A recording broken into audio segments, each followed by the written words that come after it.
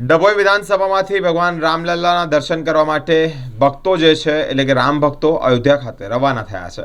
ધારાસભ્ય શૈલેષ મહેતા દ્વારા ભક્તોને વડોદરા રેલવે સ્ટેશને પહોંચાડવા માટે ખાસ બસોનું પણ આયોજન કરવામાં આવ્યું છે।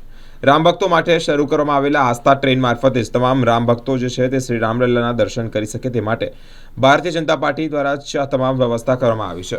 ભક્તો માટે ટ્રેનની મુસાફરી ઉપરાંત અયોધ્યા ખાતે રહેવા તેમજ જમવાની પણ વ્યવસ્થા કરવામાં આવી છે, જે પૈકી ડભોઈ વિધાનસભામાંથી કુલ 380 રામ ભક્તો અયોધ્યા ખાતે જવા રવાના થયા છે। ડભોઈ એપીએમસી ગ્રાઉન્ડ ખાતે જ ત્યાંથી રવાના થયા હોય ત્યારે ભક્તોમાં ઉત્સાહ જોવા મળી રહ્યો છે।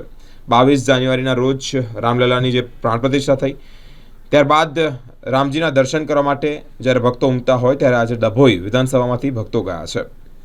ખૂબ સારી એવી વ્યવસ્થા કરવામાં આવી છે, સાથે રામ ભક્તોમાં ઉત્સાહ પણ જોવા મળી રહ્યો છે। વડોદરા જિલ્લા કેળવણી મંડળના પ્રમુખ શશિકાંતભાઈ પટેલ, શહેર પ્રમુખ સંદીપ શાહ, નગરપાલિકા પ્રમુખ બિરેન શાહ, માજી તાલુકા પંચાયત સદસ્ય ભાવેશભાઈ પટેલ સહિત ભારતીય જનતા પાર્ટીના હોદ્દેદારો ઉપસ્થિત રહ્યા હતા।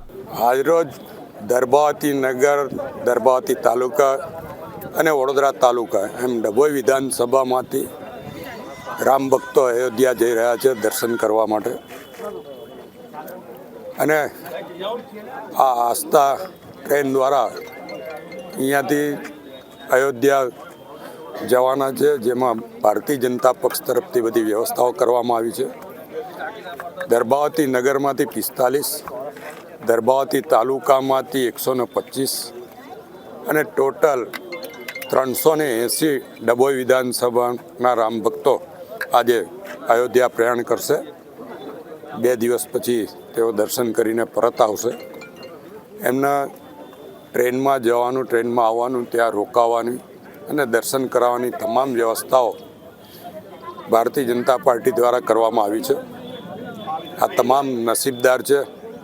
મોરારી બાપુની ભાષામાં કહ્યું તો આ તમામ બળભાગી છે અને દર્ભાવતી નગરી પણ બળભાગી છે કે આટલા રામ ભક્તોને અયોધ્યાના દર્શનનો લાભ મળ્યો છે।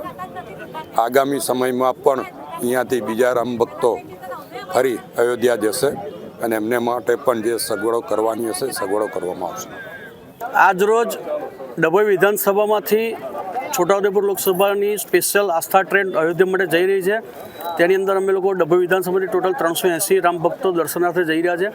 500 વર્ષના લાંબા સંઘર્ષ બાદ રામલલ્લા જ્યારે પોતાના યોગ્ય સ્થાને બિરાજમાન છે ત્યારે દર્શન કરવા અમે સૌ બળભાગી છીએ। અમારા ધારાસભ્યશ્રીએ જણાવ્યું, અમે બળભાગી સૌ ભક્તો ડભોઈ તાલુકા માટે, વિધાનસભા માટે પ્રાર્થના કરીશું। અમારા ધારાસભ્યશ્રી માટે, વડાપ્રધાન મોદી સાહેબ માટે પ્રાર્થના કરીશું અને અમે ખૂબ ઉત્સાહથી એમના દર્શન કરવા જઈ રહ્યા છે। કેટલાય દિવસોના ઇંતજાર બાદ અમે લોકોને આ મોકો મળ્યો છે અને અમારા માટે ભારતીય જનતા પાર્ટી અને અમારા ધારાસભ્યશ્રીએ ખૂબ જ સારામાં સારી વ્યવસ્થા કરેલ છે। અમે એમનો પણ આભાર માનીએ છીએ, નરેન્દ્રભાઈ મોદીનો પણ આભાર માનીએ છીએ અને અમારી સાથે આવનારા તમામ રામ ભક્તોનો પણ આભાર માનીએ છીએ। જય જય શ્રી રામ, ભારત માતા કી જય।